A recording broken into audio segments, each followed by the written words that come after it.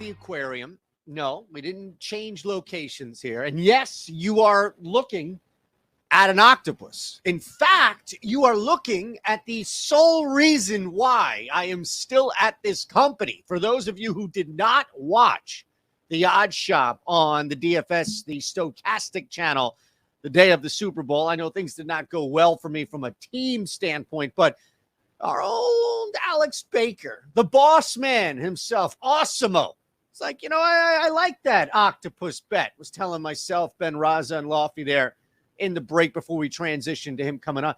I like that octopus bet.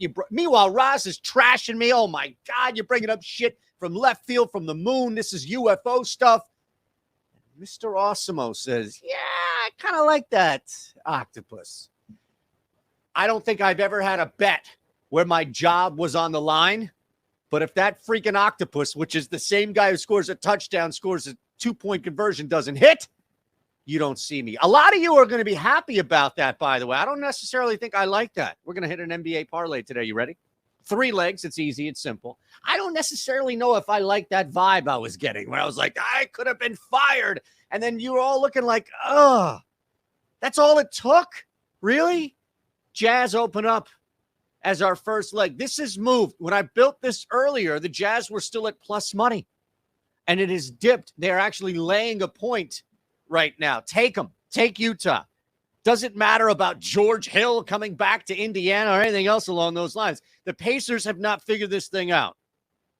They have not reacclimated to what they were pre-Tyrese Halliburton injury.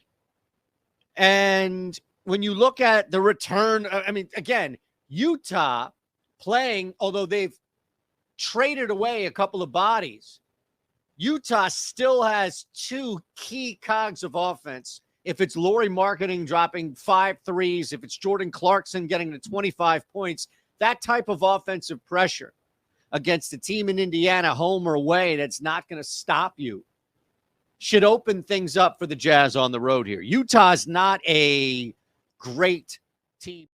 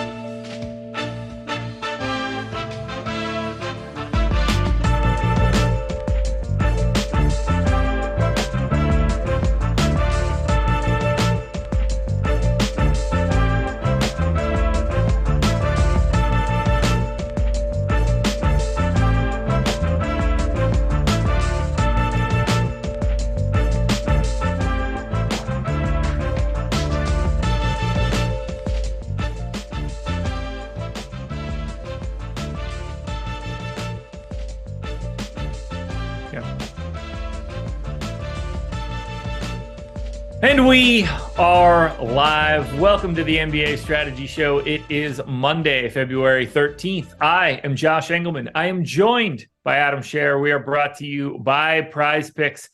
11-game NBA slate. Too many games for today. I'm just going to be honest with you. We needed something smaller. I don't have the energy for this one. It's a monster. Coming off of yesterday, a lot going on. Obviously, we had the Super Bowl.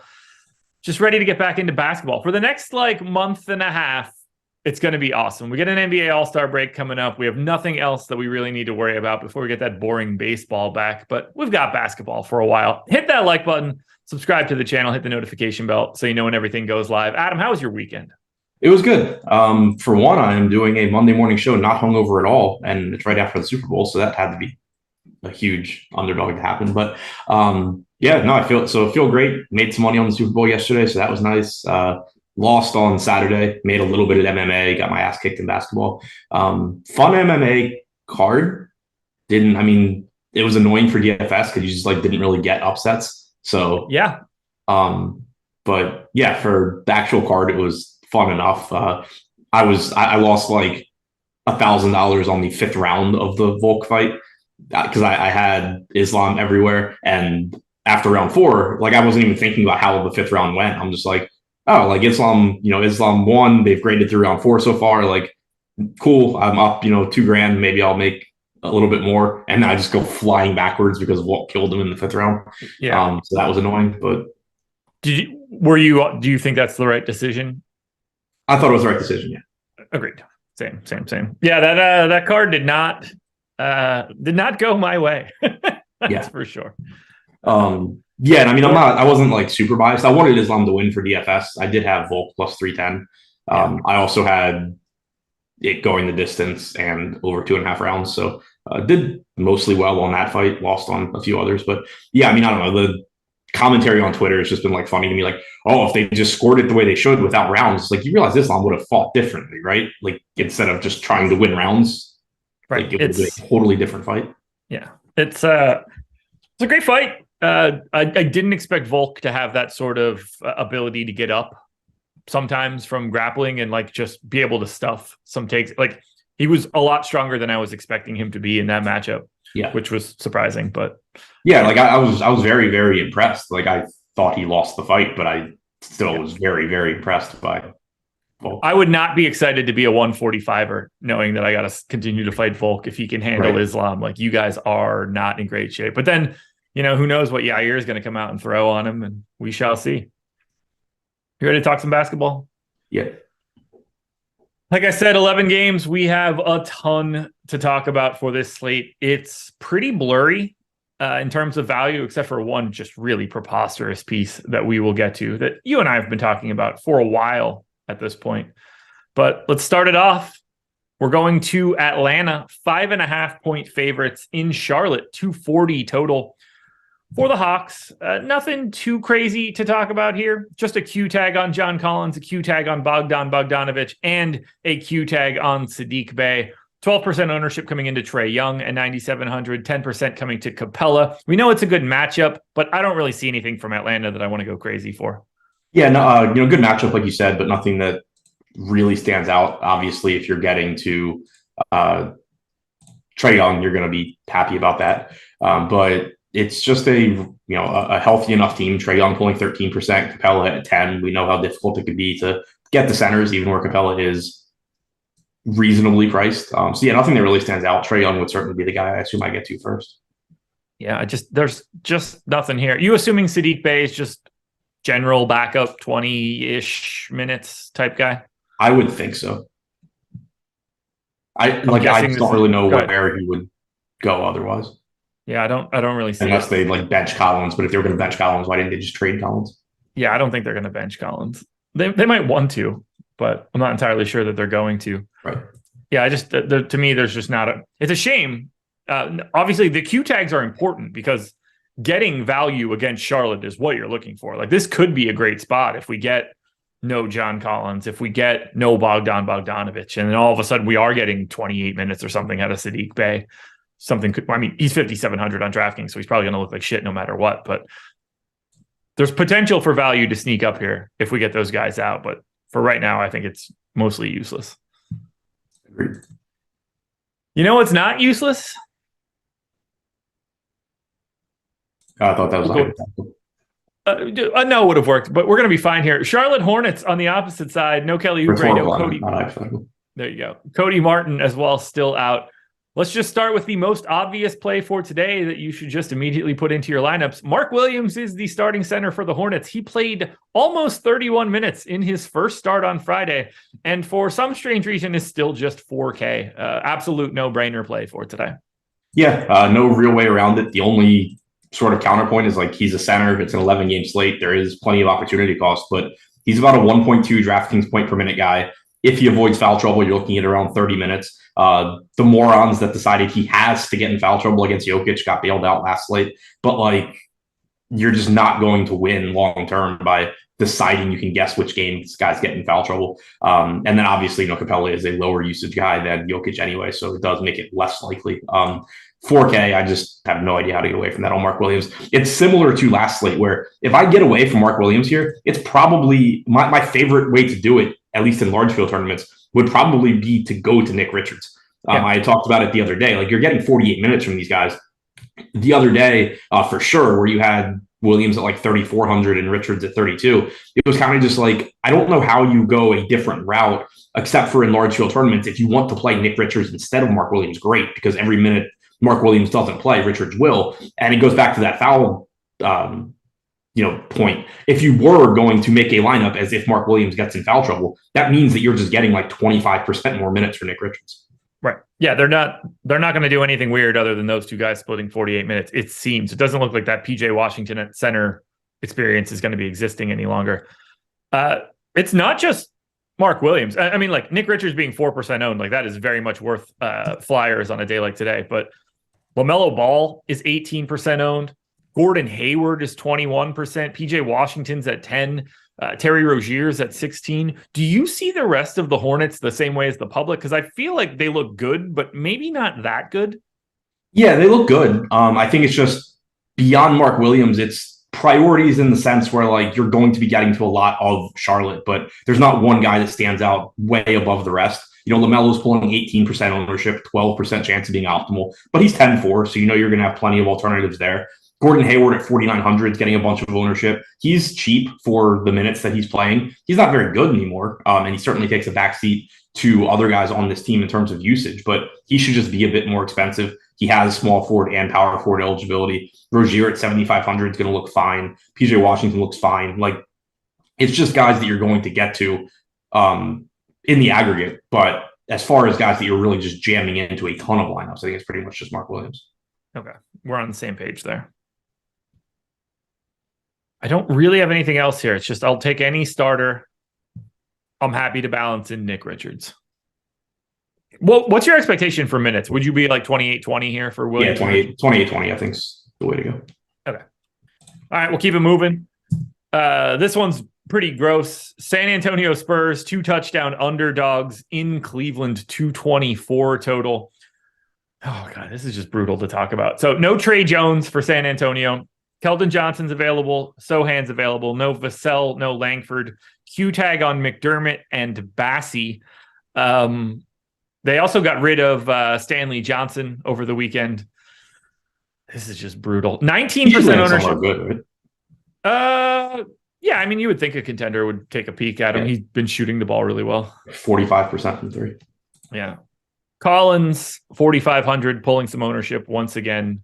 Totally fine to go there. Just looks like a slightly worse version of Mark Williams.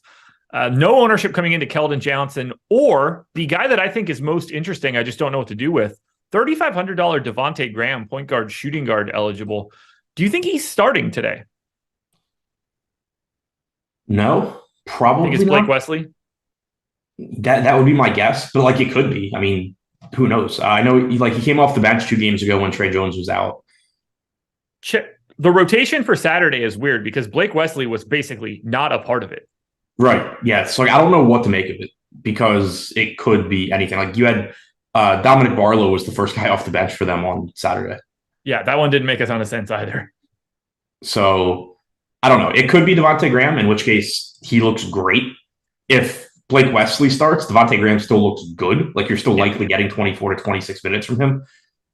But if he starts, it just makes you that much more confident in his playing time. I gave him 28. I think he might be starting here. Just based on the fact that Wesley came off the bench in the 6th minute of the 4th quarter or something, whatever it is off the top of my head. Late, very, very late. Maybe they're going to go to Graham, but we'll have that lineup, so it doesn't really matter. We're going to know it before lock. Do you want to go to Keldon Johnson or Keldon Johnson here at all? 6,900 small forward? Or is he just like whatever? He's just a guy.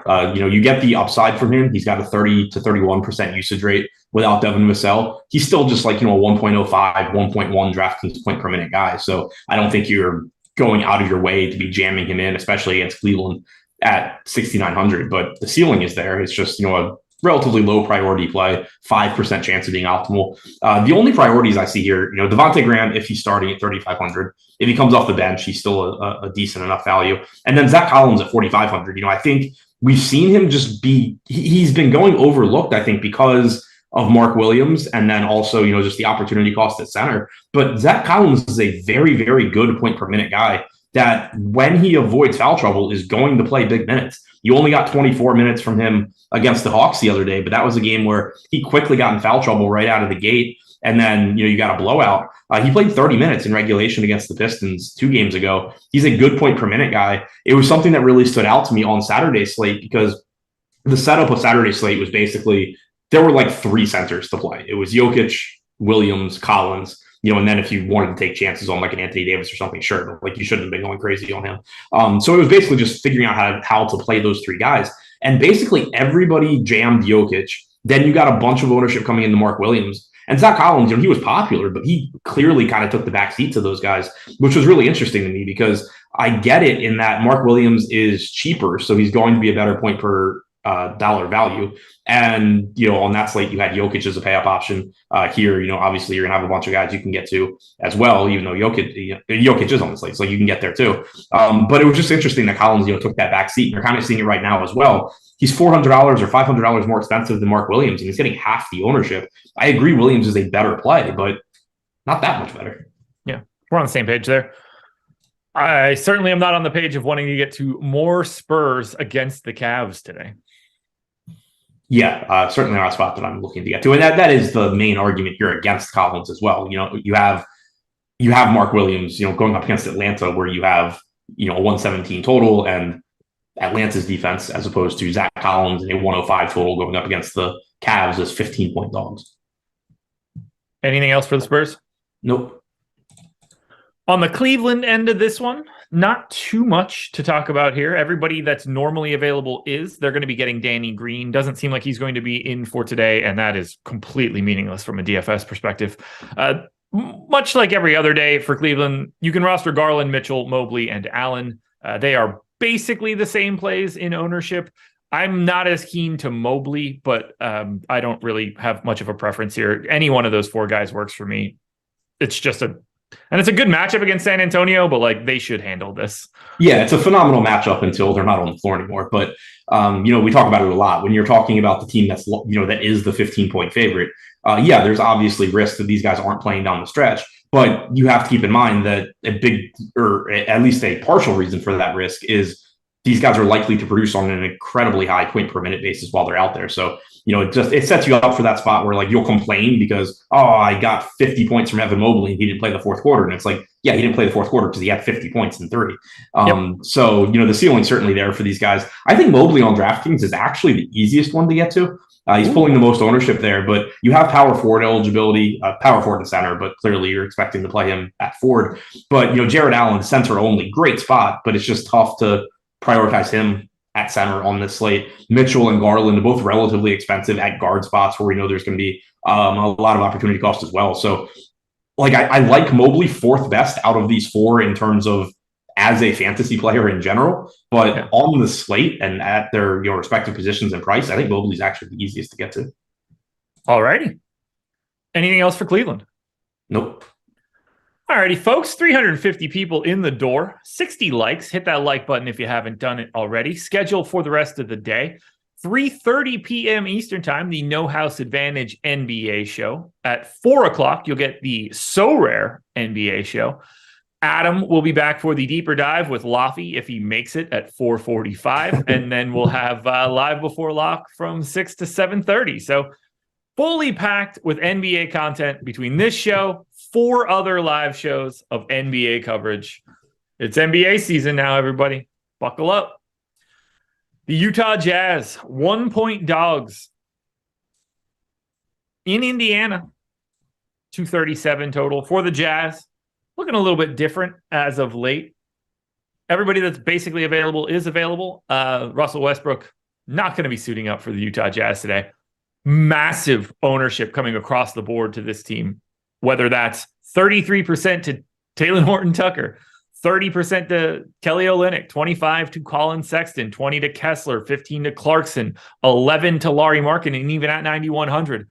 I have no problems getting to Utah. They might be a hair over-owned for me, but great DFS spot, competitive matchup. The value plays are obvious, I think, here. Where do you want to start? Is that Colin Sexton?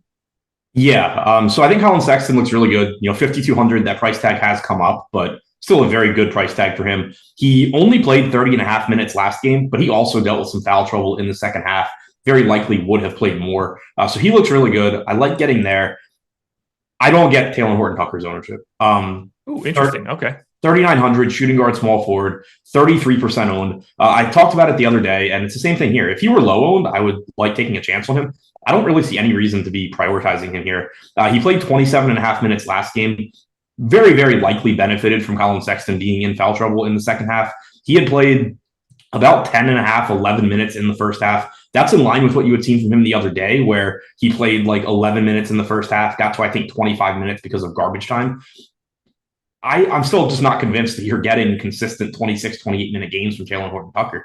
We've seen sort of fluky situations the last couple of days, and that does speak to a relatively easy path for him to get more minutes. Somebody gets in foul trouble, the game blows out, whatever it may be, he can get those minutes. But it just even, looking at the other last game, not only did you have Sexton play, Sexton subs back in for Jordan Clarkson at the end of near the end of the third quarter, plays 1 minute to close the quarter, plays a minute to open the fourth, has to go back to the bench because of fouls. So you get Clarkson back in for him. Typically in that rotation, you're going to get Clarkson coming back in for Horton-Tucker most likely, as opposed to Horton-Tucker playing the entire rest of the game. But the other part of that is Kelly Olynyk didn't close.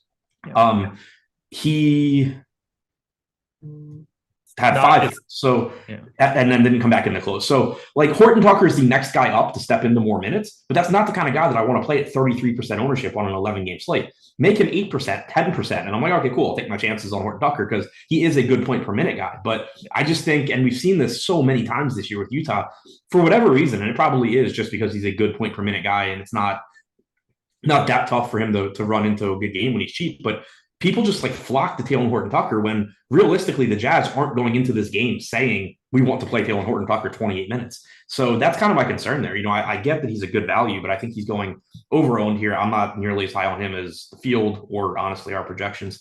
I like Olynyk at 4,800. He was in foul trouble last game, played 26 minutes, but you've gotten 28 minutes on average as a starter this year. You certainly can get north of 30 if he avoids foul trouble. He's about a fantasy point per minute guy. I would like to get there, like Sexton, like I said. Kessler at 5,600, I think is a good play. Again, I'm kind of surprised he's pulling 20% ownership when you have Mark Williams, when you have Zach Collins, and then you just have, 20 other teams worth of centers.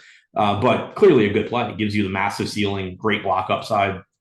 Played 35 minutes last game. That's not likely to be the norm, but there are certainly plenty of minutes available there. Jared Vanderbilt obviously no longer in town. Olynyk was in foul trouble last game, so that certainly helped Kessler. So again, I think he's a good play, but I think he's going a little bit over-owned as well. To me, Olynyk and Sexton are the guys I really want to get to. Kessler, Horton-Tucker, Clarkson, Markkanen all look fine, but I do think in particular Horton-Tucker is going owned or over-owned. Kessler probably by a little bit, but I think Olynyk and Sexton are the priorities for me. The other four are good enough plays. Once we open up a little bit more value, I think we see that THT ownership come down throughout the day. We just don't have anybody else sub 4K that looks like him, where you're getting that shooting guard, small forward, and any sort of semblance of like good point per dollar play like that just doesn't exist yet. Yeah, it's just like even last slate, Horton-Tucker was like, I don't remember, 10, 15% owned. Okay. And it's just, I don't know. I think what it is, or a big reason for it, you've gotten now two relatively fluky games coinciding with the Jazz making trades. So it's really easy to just say, oh, this is what Talen Horton-Tucker plays now. When if you actually look at the rotations, I'm not confident at all this is what Talen Horton-Tucker plays now. Yeah, I gave him 24 minutes. I think he's totally fine. Yeah. Nothing else to really add. We do need to talk about the most ridiculous price tag that exists on FanDuel for today. That would be Lauri Markkanen at I don't understand why, 7,600. Yeah, that's a dumb price tag. He's been really cheap on FanDuel for a while, and I don't really know why. Nope. So just go ahead and play that. Can confidently say that one. Yeah, like 9,100 on DraftKings looks fine. 7,600 on FanDuel is a joke. It's a free square, essentially. Indiana on the opposite side of this one. Q tag on Halliburton. Q tag on Miles Turner. They do now have George Hill, Jordan Nwora. Whether those guys are playing or not, I have no idea. I can't imagine that they're going to be stepping into the rotation in any way, but they could. The only ownership that's coming into the Pacers is 19% to Benedict Mathurin, 4,600 shooting guard, small forward. And honestly, just like a slightly more expensive version of Talen Horton-Tucker for today. It's just a position and area where we don't really have a lot of those guys. I got him in for 28 minutes. I think he's a really nice value option. I'm not surprised by the ownership at all. Nothing really to talk about for the rest of Indiana, though. Yeah, no real issues for me. Again, I think he's probably going over owned just like Horton Tucker is, but also, that's not the end all be all of how you're making lineups. We talk about it a lot. You shouldn't just be looking at one player and saying like, oh, he's over owned. All it tells you when somebody is over owned is that there's likely to be pivots around them that you can go to within different lineups that will potentially upgrade your lineups for tournaments. But there's also just going to be some instances, and kind of like you're alluding to, you can be over owned, but like if it's just you're at a price point and positional eligibility that there isn't a whole lot else around you, instead of redoing your entire roster construction, you can just find better pivots elsewhere. Like that's entirely possible. So it's saying somebody's over owned. It's not just saying like, oh, don't play this guy. It's just like be aware that they're probably a little bit over owned. The reason I really harped on Horton Tucker was because I think that the minutes there are really sketchy to me, as opposed to I felt like it was important to like call attention to the fact that like if this game goes completely according to Utah's plan, you might be getting like 6 minutes less than you think from Horton Tucker. That's not so much the case with Mathurin. Like you've seen what Indiana's looking to do with him this year. Typically, you're getting like 26 to 28 minutes. Some games you're getting 32, 33 like you did last game. But you can be a little bit more confident in his minutes just because we've had Indiana, playing this rotation all season long. Do you like anybody else here? Not really. I mean, Miles Turner obviously gives you a high ceiling. It's just the center problem. Halliburton at 9,200, I think is a good tournament play. He's getting 4% ownership. He's in a good spot. He's great, but there's lots of good guards. There's lots of good plays in that price range across positions. All right. Houston. The Houston Texans are 2 touchdown dogs to the Philadelphia Eagles in this one. 226 total. For the Rockets, we got your boy Jae'Sean Tate in the starting lineup. You've been clamoring for that one for a bit. Tate 15% owned on today's slate. Feels about right, I guess. 3,500 for him. Just kind of fits into that same sort of guy we've been talking about. The THTs, the Benedict Mathurins. It's all very similar. No real ownership coming to the rest of Houston. I don't find them to look all that great. I continue to get a little bit of Jabari Smith, but nothing crazy. I guess talk to me about Tate. He's probably the guy that we're going to focus on here. Yeah, 24 and a half minutes last game, so still didn't step into the starting lineup and play a ton, but we had seen him play 25 minutes off the bench previously. Now he played 24 and a half. I think expecting 24 to 26 minutes from him makes sense. He's not a bad point per minute guy, point guard, small forward eligible, 3,500. If he's going to get, like, this is an example for me where I think Tate and Horton Tucker are similar, but if Horton Tucker is really going to pull 30+% ownership and Tate's going to be 15, I'll take Tate because on average, I think you're getting similar playing time. On average, you might actually be getting an extra minute or two for Tate compared to Horton Tucker. So that's just a spot where ownership-wise, I would much rather just be going to Tate and hoping that Utah doesn't get in foul trouble or a blowout. But I think they're similar. If you get the ownership by lock, if you've seen Horton Tucker come down to 22% and Tate jump to 22%, I wouldn't really have a preference. It's just a useful value piece. Beyond that, Jalen Green, Alperen Şengün, the type of upside you're getting from those guys. It's tough. At this point, until the prices change, it's going to be tough to play guys like Şengün unless it's a short slate or Mark Williams isn't on it, because you just get squeezed where not only is Mark Williams such a good point per dollar value, but it also makes it easier to get to the guys like Jokic over Şengün because he's just cheap. So that's kind of the problem is he just gets squeezed. But on his own at 8,100, like Şengün is a very high upside option. Obviously plenty of foul risk here as well. But Jae'Sean Tate's the only one that actually stands out to me. All righty. I think we got another ownership run after I pulled it most recently. So let me grab that just in case. Yeah, 5 minutes ago. Not that I thought there were any major changes that I needed to grab, but I just saw that looked like we had one. No reason not to look at that. Anything else for Houston here? I don't have much else to say. Nope. Perfect. We shall go to the Philadelphia 76ers, who are just a weird team as of late. They're starting to get really squirrely. So Joel Embiid, questionable, as he is every other day. Shake Milton is probable. After those 2 30-plus minute games out of DeAnthony Melton, we got decidedly less minutes out of him in his past two. 18 and a half and 14 and a half. We now have Jalen McDaniels complicating matters a little bit as a person that is in this rotation now. Maxi's minutes jumped back up. PJ Tucker started to see a couple of extra minutes. Having trouble figuring out what's going on in Philly. Obviously, Joel Embiid is going to look great in this spot if he plays. If he doesn't, James Harden, revenge narrative, whatever you want to say here for Houston. Is Maxey sneaky interesting at 5,200? That's the one that I've got my eye on. Somebody from Tyrese Maxey, DeAnthony Melton, and Jalen McDaniels at their prices has to have a good game, I think. You would think. Like 5,200 Maxey against Houston, 4,200 Melton, 3,200 McDaniels. You know, like McDaniels played 15 minutes last game. Obviously, he does that again. You're not expecting anything here. But if he only plays 15 minutes, that means that you are either getting decent minutes from Melton or you're getting that 30-minute Maxey game again, in which case Maxey looks good. You know, and if Maxey doesn't play 33 minutes here and you get 26 to 28 from Melton, he looks good. And if neither one of those guys play those minutes, it probably means McDaniels played like 22 or 24, and at 3,200, he looks good. So, you know, it's not quite the Mark Williams, Nick Richards spot, but it is a really interesting spot just to think about these three. And they're all like correctly-ish priced for their median projection, but their minutes are volatile in a way where it's very, very likely one of them just outperforms this. Like, if you could go back and if you were just told by Doc Rivers and you were 100% sure he wasn't lying, how many minutes these guys were going to play in today's game, one of them would probably project really, really well. It's just a matter of who knows which one it is. But it makes them interesting to take shots on in tournaments. Maxey's the one getting the ownership at 9%. Melton and Daniels aren't getting any, and that's the way that I would go. Like, I would lean Maxey over Melton, over McDaniels, but there's just volatility here, and they're all cheap enough where one of them is just likely to have a good game. Tobias Harris at 5,200, certainly a playable secondary option as well, just getting cheaper and cheaper. And, you know, obviously he's taken a very large backseat this year when all of Maxey, Harden, and Embiid have been in, but you're just getting to the price tag on Harris where, you know, he's going to be out there typically 32 to 34 minutes. Only played 29 last game, but you're typically going to get a little bit more. And he can just run into stats in the spot. So all of those guys, like all those secondary options at these really cheap price tags are interesting to me, especially at relatively low ownership. And then you get to Embiid and Harden, who both are going to look great. Embiid, you know, you can pair with Mark Williams pretty easily in a really, really good spot against Houston. He played 37 minutes again last game. We have seen his playing time ramp up a bit.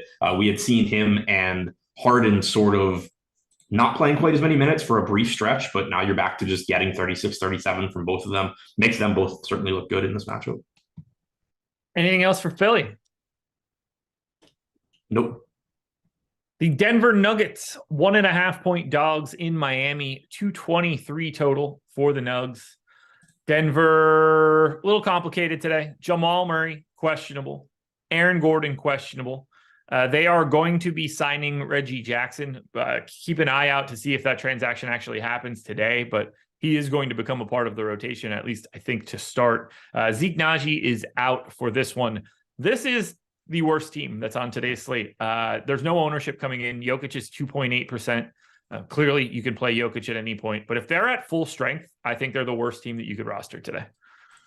Yeah, I pretty much agree with that. Obviously not a very appealing matchup here against Miami either. Jokic, you know, like you said, if you get to Jokic, obviously great.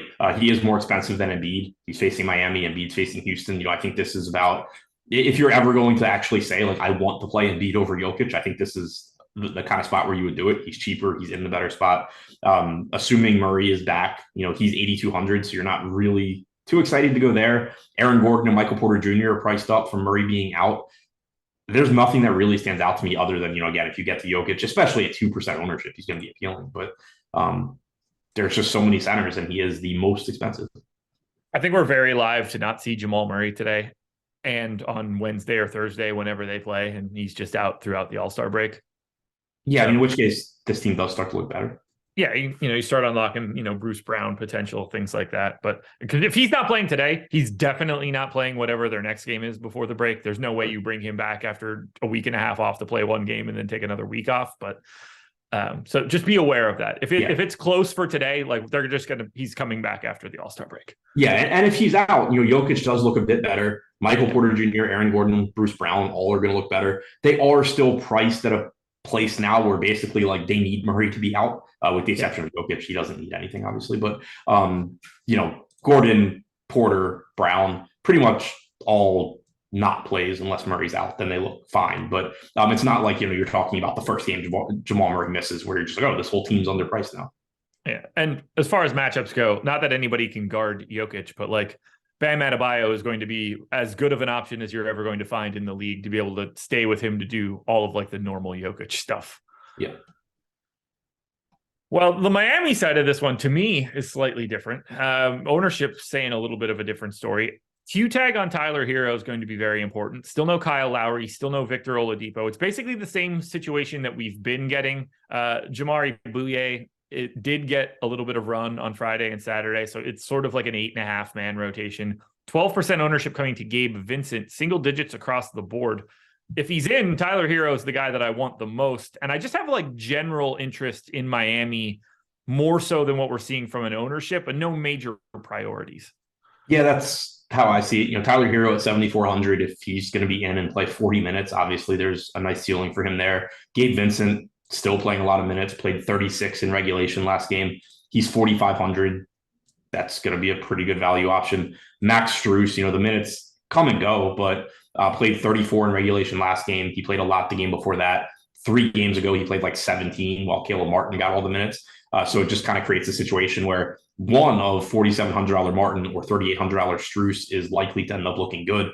Strus has the better positional eligibility, shooting guard, small forward. Butler and Bam both are fine, but the problem with them is that they don't really have positional flexibility. Butler is power forward only. Bam is center only. And Miami is shorthanded, but they're not really missing guys that impact Jimmy Butler or Bam, assuming Hero is in. You're missing guys that give more minutes to players that don't always have solidified minutes. But Jimmy Butler and Bam get theirs anyway. Taking out Kyle Lowry isn't really going to have a big impact on rates for these guys. Taking out Oladipo doesn't have an impact on rates. Like, they're the go-to guys anyway. So it's not that big of a bump for them, whereas it's like a sizable bump for your guys like Gabe Vincent, Max Strus, for example. How do you want to hash out Martin and Strus? They kind of flip-flopped these past 2 games. Hope the guy you played gets the minutes. Yeah, like Strus is going to be the easier one to get to because he's cheaper and he has the better positional eligibility. It does help, he has been the guy the last 2 games that's gotten the minutes. But, like I said before, you're 3 games removed from like 17 minutes where Caleb Martin played like 38. So it's not like he's safe, but he's just going to be the easier one to get to. All righty. I got nothing else for Miami. I do have a little bit for Prize Picks, the presenting sponsor of this show. My Prize Picks video is out for today. Make sure you go check that out on the Odds Shopper channel. Gave you 5 picks already, but we're going to get some out of Adam at this point. There's a link in the description of this video. You can do that or check out chat. It should show up there as well. Sign up at Prize Picks. You will get up to $100 of an instant match deposit bonus. Great spot to get. And 1 month of Stokastic Plus Platinum. You'll get behind the paywall. You'll get access to the Prize Picks player prop tool. We assign the probabilities of over-unders for a lot of these props. That's going to help you put together these cards where you can get 10x your entry fee if you put 5 on one card and you hit them all. Now, if you get 4 or 3, you still get a little bit of money back. You can get up to 25x your entry fee if you hit 6 or more. My recommendation, stick with 5, but either direction you want to go, going to be fine. They've got multiple sports, NBA, college basketball, soccer, golf, tennis, all over the map for different categories. I'm going to hit Adam with fantasy scores for today. This is actual scoring. This is going to be FanDuel scoring as well. Let's see. What can I hit you with that I thought stood out? Let's go to Walker Kessler. Over under 32.5. This is one I recommended on the video today. Over. Yeah, I got him pretty sizably over that 32.5 number. So I was very happy to get there. Let's see. Did we talk about anybody else? Let's do... we didn't talk about any of the other guys. My Bam one wasn't a fantasy score. Let's look at Joel Embiid, 56.5. Over. Okay. I barely have got it at 54, but that's only in 33 minutes. I think he plays more than that. Okay. Yeah, I got him at 37.3, so it's a tough one for me, but I would be willing to take the over there. Let's see. Who else would be fun before we end this one? One more. And make sure you're following us on Twitter, particularly me, at Josh Engleman, to get more Prize Picks content.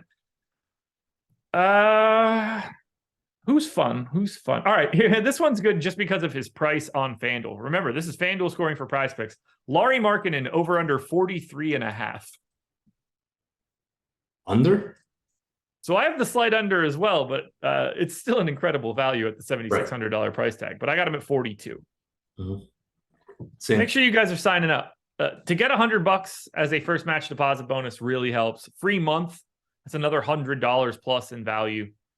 Get in on it, folks. Prize picks. The Brooklyn Nets are 2-point dogs in New York, 223 total for Brooklyn. Everybody that's normally available is available except for Seth Curry. He is out for today. I really like this Brooklyn team and all the wings that they have. I think they're really interesting. Turning Dinwiddie into, I don't know, like Kyrie would really make all these pieces fit together well, but obviously that's not how that's going to work. There's no ownership coming into the Nets today. I'm not all that surprised. The pricing here is pretty difficult to want to get to. We've got Ben Simmons as the just straight backup to Nick Claxton at center now. I don't know what this team's going to do with some of this info, but I don't really want to roster the Nets.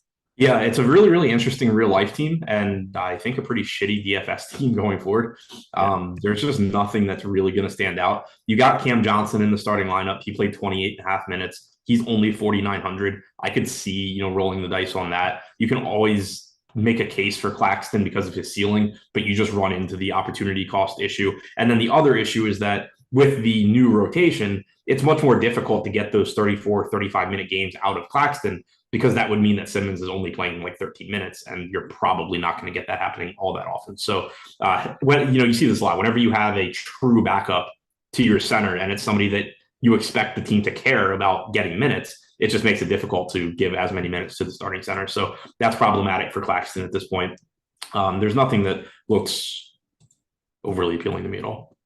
I agree. I did take the over on Claxton's fantasy prop on FanDuel at 34.5. You mean on Prize Picks? On Prize Picks, FanDuel scoring 34.5. I thought that one looked pretty good. Yeah, I think the over there looks fun. Wish we could get more for Brooklyn, but I really like that. The idea of a lineup with Dinwiddie, then you're getting shooting and defense out of Dorian Finney-Smith, Bridges, and Cam Johnson. Like, that's pretty lethal. Nick Claxton's great. Like, you get that Cam Thomas scoring off the bench. If Joe Harris can ever be anything, you swap out Royce O'Neal for like Bridges or Smith, and like, you're not really making any changes. Fascinating team. They just went like polar opposite directions. Like, for most of the year, they had been this team that had, great offensive players, and they were going to struggle defensively. They had a couple good, individual defenders. And then now you just don't really have any great offensive players, but you just have like 15 dudes that are good defenders.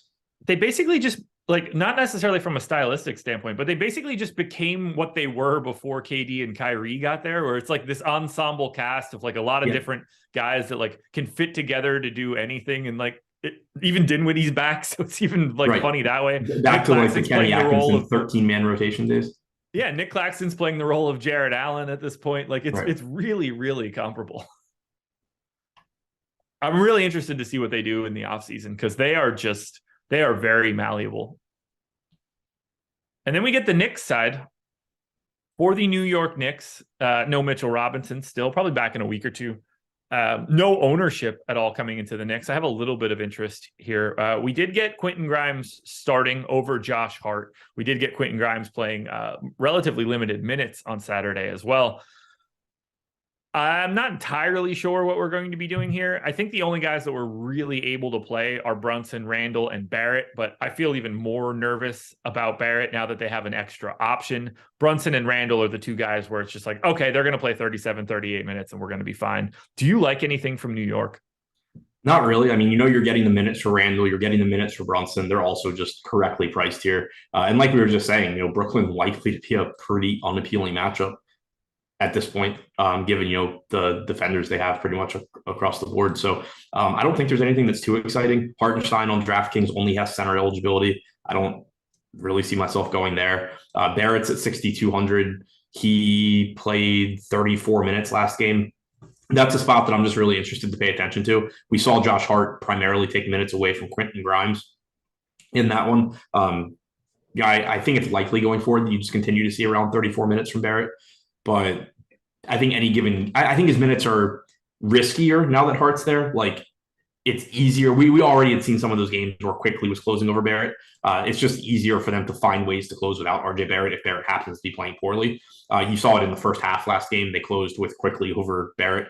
So you had Brunson, Grimes, Quickly, Randall, and Sims closing the first half.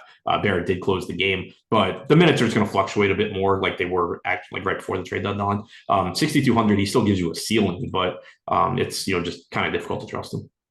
Yeah, I mean, with the Knicks now, we know that there's 96 minutes going to Hartenstein, Sims, Toppin, and Randall. Like, we know exactly how to project their power forward and center minutes. And then we have 144 minutes to split between Brunson, Barrett, Hart, Quickly, and Grimes. We just know, like, it's the easiest thing that we can project in the league. And we know that Brunson's getting, call it 38 for right now. I feel like the rest of those guys, Quickly, Grimes, Hart, and Barrett, are just cross your fingers and hope you get the one right, like you get the final two guys in the closing lineup right. But for now, I don't think the pricing makes it so it even matters. You don't have to make those decisions. Right. The New Orleans Pelicans. Nope, sorry, not the New Orleans Pelicans. The Orlando Magic, 5-point dogs in Chicago, 226 total. They are mostly at full strength. Finally, Terrence Ross gets a buyout. Didn't think this was ever going to happen for this dude. He should have got bought out or traded 3 years ago, and it didn't happen. Patrick Beverley has been waived. He's not going to be here for Orlando. No ownership coming into the Magic in this spot. I don't really see it either. Feel free to get your share of Paolo Banchero if you want it at 7,300. Wendell Carter, I guess, is fine. There's a million centers. I see nothing here. Yeah, I mean, if I get to anything, it would probably be Banchero, maybe taking shots on a $3,600 Suggs. I think you could certainly argue that if Taylor Horton Tucker at 3,600 or 3,900 is going to pull 33%, Jalen Suggs should be pulling more than 1.5 or 2, given that he's playing similar minutes off the bench to what we expect Horton Tucker to play off the bench.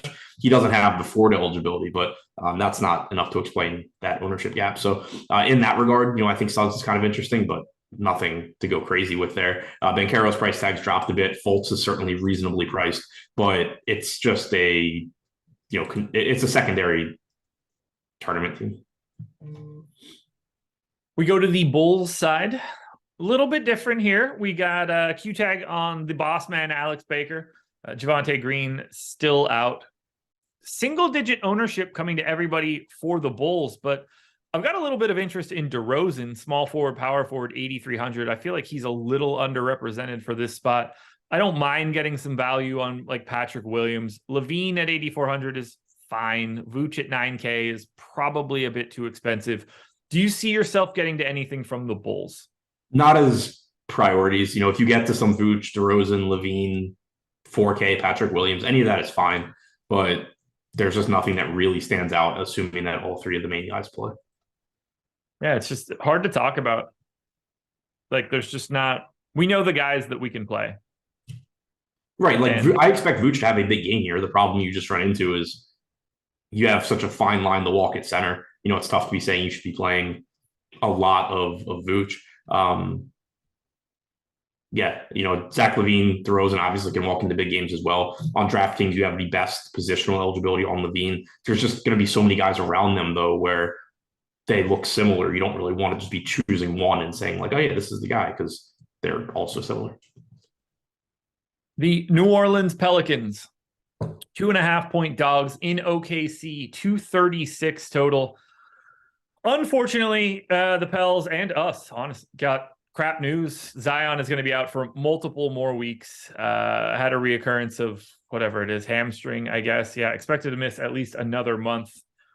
On the Pels side, 15% ownership coming into Brandon Ingram at 7,800.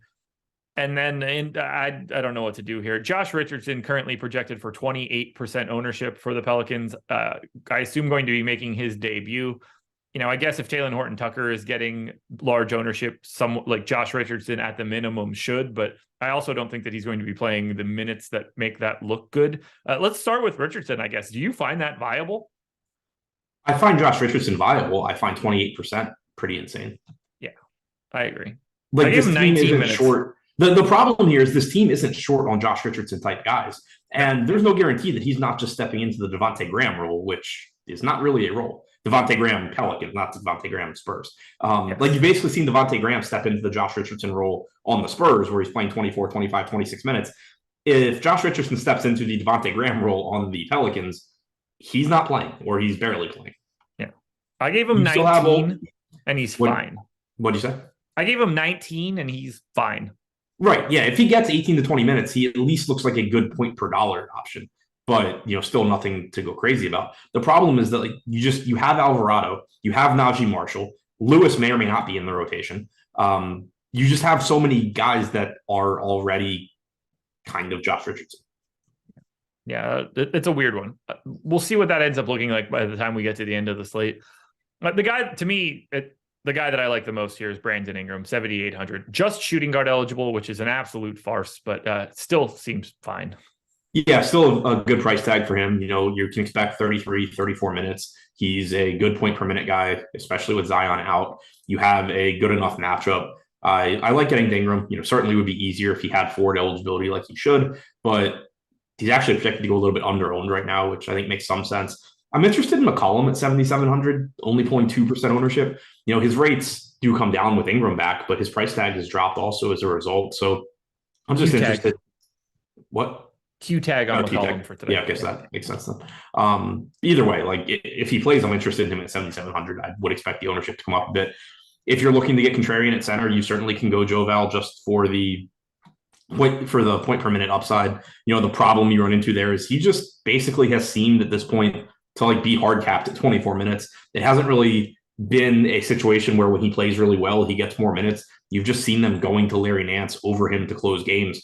Last game, it was a blowout. They lost to Cleveland. So you got, like 4 or 5 minutes of garbage, 3 minutes of garbage time at the end, but they had sub Larry Nance in for Joe Val with 5 minutes left. You saw that against Atlanta the other day where Joe Val was just getting every rebound, scoring at will. They still played him 24 minutes and they closed with Larry Nance. So it's not to say you'll never see another game where Joe Val plays 28 minutes, but they just haven't done anything recently that suggests you can rely on it to happen at all, because even when you've gotten the games where Joe Val's smashing, they're still just playing him like 24 minutes and giving Larry Nance the rest. So it just makes it tough on a deep center slate to really want to get there.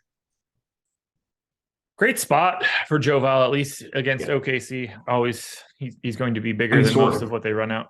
Like he should be very productive, but on the other hand, it's even easier for them to just give Larry Nance the minutes against. Very true. We go to the Oklahoma City side of this one, and lots of news came out for OKC as we're on the show. Jeremiah Robinson Earl is available for this one. Dario Saric should be making his Oklahoma City debut. Trey Mann is now being sent to the G League. No ownership at all coming into OKC. The good news is I agree with that for the most part. You want to take some shots on $3,200 Jalen Williams, by all means. You want to get to Shea. I think it's a bit of a tough sell today.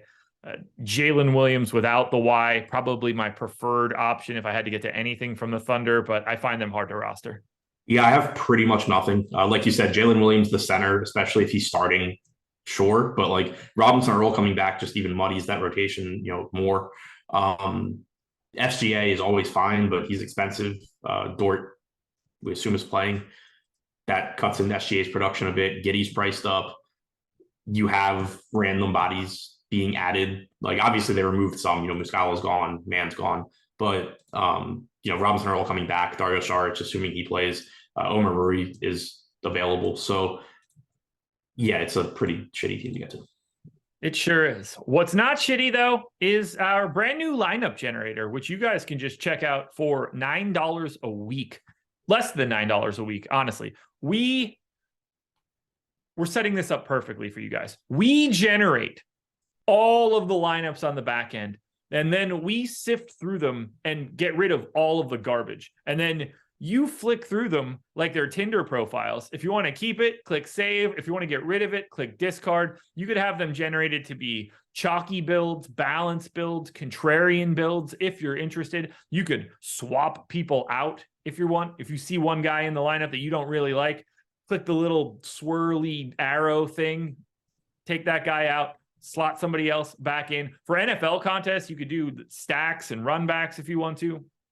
Get a big list of all of your player exposures. If you're like a 1 lineup player, a 3 max guy, upwards of 20 lineups, this is the perfect tool for you. I really think that you should check it out. If you want to check it out standalone, we've got that deal. It's included in our DFS packages if you're just signing up with us. If you're using that BetMGM deal, or if you're using our Prize Picks deal, you'll be able to check out the lineup generator as well. But again, we're handling all of the generation on the back end, and we're culling that list to get rid of anything that we think stinks. So make sure you're checking it out, everybody. Link in the description. Head on over to Stokastic to check it out. All right, Adam, we're closing this one out. 3 more games. Make sure you're hitting that like button too. 628 people in the house, 114 lineups. Not nearly enough likes. Hit the thumbs up. We should be up over 200 for this show. Minnesota Timberwolves, 7.5-point dogs in Dallas, 231 total. Q tag on Kyle Anderson, Q tag on Rudy Gobert. Stop me if you've heard that before. Karl Anthony Towns still out, but probably going to be back right after the All-Star break. 11% ownership going to Jaden McDaniels on DK right now. No ownership coming into the rest of these guys. I don't mind getting to Gobert if he's in. McDaniels is fine. I just don't really think Minnesota looks all that good. Yeah, I don't think they look that good either, especially assuming guys are in. As usual, if Gobert is out, you have a $4,400 Naz Reid that you can fire up. If Anderson's out, McDaniels is going to look better. $3,800 Noel is going to look a bit better. $3,400 Prince will look better. But assuming these guys are in, $4,800 for Anderson is fine, but I wouldn't call it any sort of a priority. $6,500 for Gobert is a good price tag. You just run into that same issue you have with like 15 other centers today.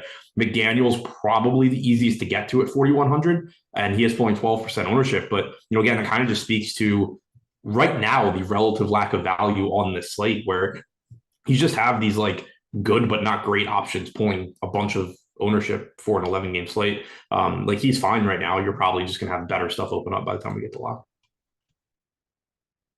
Then we go to the Dallas side of this one. We got massive minutes in an overtime game on Saturday. We got Kyrie and Luka, Josh Green and Reggie Bullock all up over 40, including that, because we saw Tim Hardaway Jr. Pick up a knock. He is questionable for today. 11% ownership going to Luka at 12-1, which I think is fine for today. I still don't really know how to balance these two guys out. No ownership coming to the rest of Dallas. If Tim Hardaway Jr. is in, I'm definitely not getting to anybody else from Dallas. Even if he's out, I don't think it's going to be all that appealing. Do you see anything for Dallas other than Luka? Not really. Like you said with Hardaway, even last game, he missed the second half, so you got Reggie Bullock in the starting lineup. He's 4,500. Like, I don't care if Reggie Bullock's going to start and get to play 2 games worth of minutes. I probably don't want to play him. So I don't think it changes a ton there. And with Irving and Luka, it's not like Hardaway is a high usage guy either. I think it's actually pretty tough to get to Luka too. 12-1, 12% ownership. I'd be more interested if you were just getting like no ownership and, you could try and get that huge Luka game. But it's not like we're short on point guard options today. There are plenty of guys that are very, very high upside plays at the guard spots that are significantly cheaper than Luka. He played 36 minutes in regulation last game. I wouldn't be surprised if you see, 36 minutes kind of be the norm as opposed to 38, 39 like you were seeing before they got Kyrie. At least for now, going into the break, we know Luka's coming back off of, a minor injury. I wouldn't be surprised if you just get like 36, maybe 37 minutes as opposed to him pushing 40. But then, Kyrie obviously also cutting into his rates more than Dinwiddie did when they're on the floor together. So I still like the upside that Luka offers. I'm just kind of surprised right now with the ownership he's getting, given that I don't really like a lot of the value we've talked about. I'm not, in love with Josh Richardson. I'm not in love with Horton Tucker. And if people are playing those guys just to be able to get to more 12-1 Luka, I prefer just going a little bit more balanced with the way things look right now. If you get a bunch of guys rolled out between now and lock, like you very easily could on an 11-game slate, then it could just turn into where it's just like, oh, well, why not? I can afford Luka, so why not? But with the way it looks right now, I don't think I really get that much. Yeah, I think we're on the same page. I can't believe Christian Wood is just sort of like done playing real minutes. Yeah. 4 straight games, 18, 17, 12, and 17. Like they just, okay. You couldn't trade that? He went through shoot around. Good deal. Good deal. Good to So know. that should pretty much ensure that we get Doc Rivers saying he's a game time decision. Yep. Should be fun. Your Washington Wizards are 3.5-point dogs in Golden State, 231 total. We don't know the status yet of Kyle Kuzma. He is questionable. Everybody else that's normally available for Washington is available. I guess you guys should also wait for Will Barton to get bought out. That's going to be happening. There is no ownership coming into the Wizards. They are probably the second worst option for today other than Denver. If Kuzma's out, it makes guys a little bit more interesting. $7,600 Beal becomes at least more of a thing, but this is a team that I'm avoiding.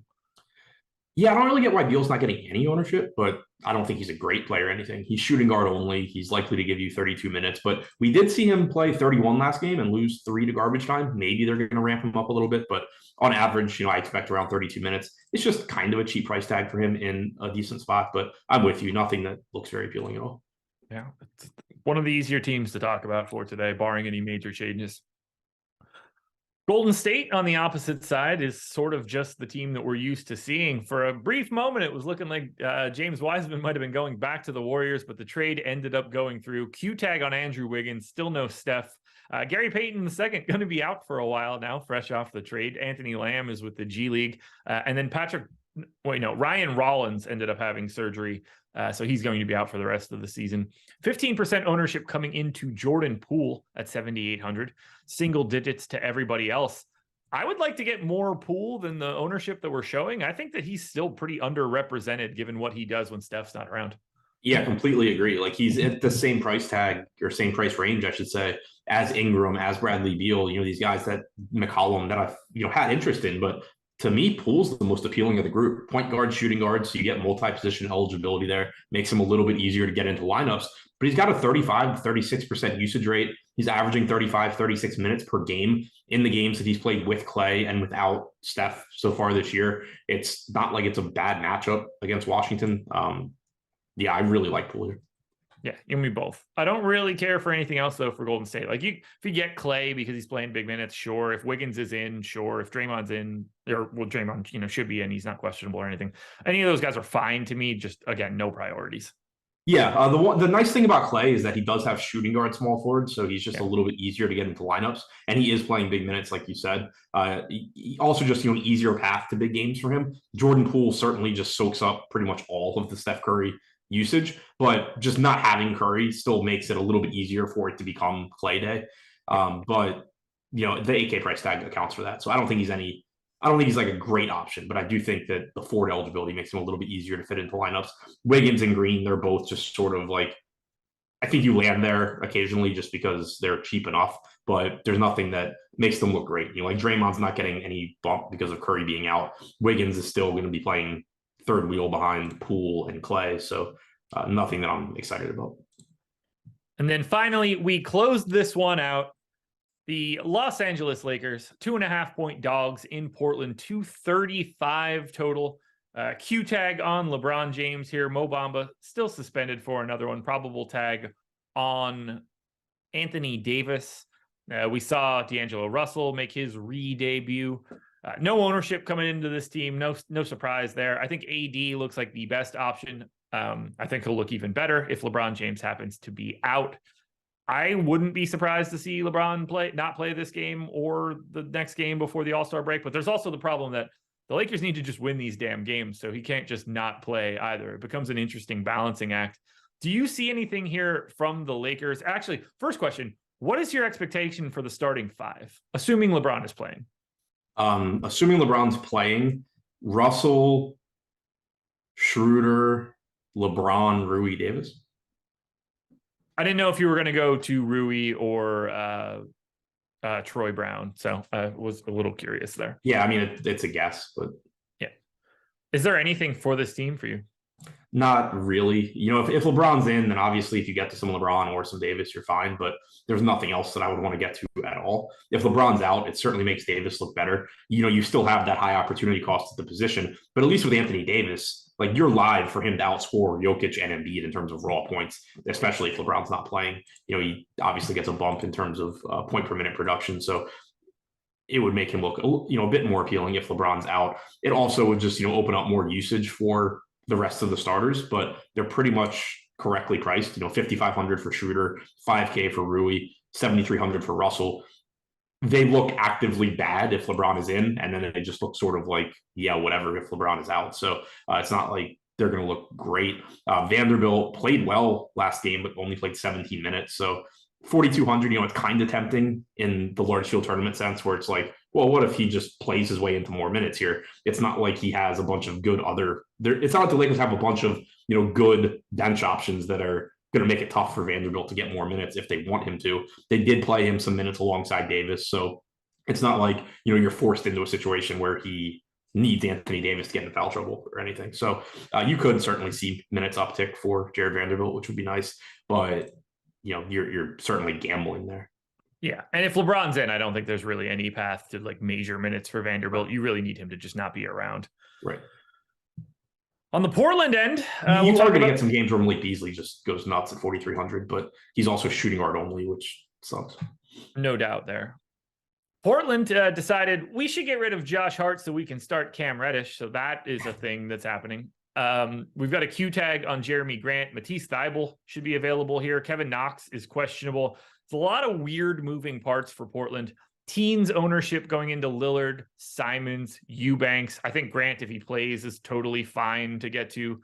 I do have the under on Dame Lillard on Prize Pick, so if you want to join me for that one, come on in for the sweat. Eubanks for 4,100 is just a really nice value. There's just a lot of we've got at least two other guys that look like that in that same area, so pivots become fun. Do you want Cam Reddish for today? Not really, but he is 3K flat. He played 17 and a half minutes. I assume he's not playing huge minutes because he sucks. Yeah. They still have Nas Little. You still have Sharp that you expect to be in the rotation. So I get it if you want to just gamble on Reddish, hope he plays well and gets to like 24 minutes instead of 17, but certainly nothing I'm very excited about. I like the price tags on Simons and Grant a bit, especially if value holds the way it looks right now, which it probably won't because it's 11 o'clock on an 11-game slate. But if value holds the way it does right now, and I am just a little bit more interested in balanced lineups, guys like Simons and Grant do give you plenty of upside at their salaries. They should play big minutes. You kind of need to hope that you don't have Dame take over the game, which obviously happens a lot. But, you can get that kind of game from Simons or Grant. Eubanks looks fine. I would prefer Mark Williams, but Williams is getting more than double the ownership. So Eubanks is certainly a reasonable pivot to him. I think he's pretty comparable to Zach Collins here. If you can get to Dame, great. He's, $1,000 less expensive than Luka. I don't have an issue with it, but I also just think it's pretty difficult to do right now. Anything else you want to touch on for Portland or for the entire slate as a whole? No, I'll have my NBA notes article coming out soon, and then the Bet Pro video after that. Don't miss the NBA Bet Pro video, folks. It's a good spot to be if you want to check out Adam's content. Thank you guys for joining us. Make sure you're hitting the like button on your way out the door. Multiple more NBA shows coming up throughout the day, so tune in to it. Thank you to Prize Picks for being the sponsor. Good luck tonight, everybody. We will talk to you again later. Peace.